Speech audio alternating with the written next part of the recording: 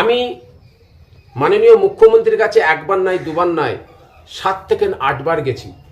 আমি মাননীয় মুখ্যমন্ত্রীর কাছে ফুরফুরার উন্নয়নের জন্য, ফুরফুরায় যেভাবে উন্নয়নের কাজ হয়েছিল বা যেভাবে উন্নয়নের নাম দিয়ে দুর্নীতি হয়েছিল, কোটি কোটি টাকা দুর্নীতি হয়েছিল, আমি প্রসেনজিৎ বাগকে অনুরোধ করব তিনি যেন এই ফুরফুরার উন্নয়নের যে দুর্নীতিটা হয়েছিল, এই দুর্নীতি, এই টাকা হচ্ছে ফুরফুরাবাসীর টাকা, জাঙ্গিপাড়া জনসাধারণের টাকা। এই জনসাধারণের টাকাটা যেন প্রসেনজিৎ বাগ উনি যেন মানুষকে বুঝিয়ে দিতে পারে এবং যারা দুর্নীতিগ্রস্ত হয়েছে, যারা দুর্নীতি করেছে তাদের যেন কঠিনভাবে শাস্তি হয়। এইটা ফুরফুরাবাসী দেখতে চাই এবং জাঙ্গিপাড়ার মানুষ দেখতে চাই, জানতে চাই, যারা বহুদিনের ব্যথা নিয়ে ভুগছিল।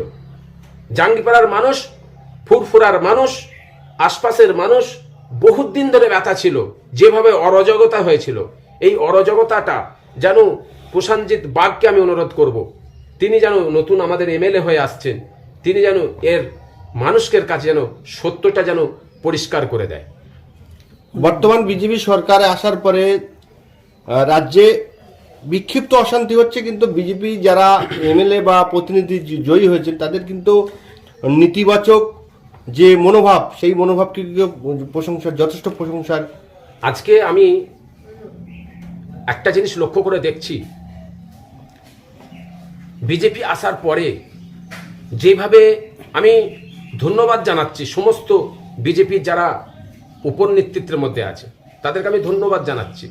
যেমন আমার শুভেন্দু দা আছেন, এইদিকে হচ্ছে আপনার সুমিত ভট্টাচার্য আছে, আমাদের দিলীপ দা আছেন, এনারা যেভাবে বার্তা দিচ্ছেন, ওনারা বার্তাটা আমার খুবই ভালো লেগেছে। আর এইটাই হচ্ছে পশ্চিমবাংলার মানুষের মনের কথা, যে সম্প্রীতির বার্তা। আজকে সুমিত ভট্টাচার্য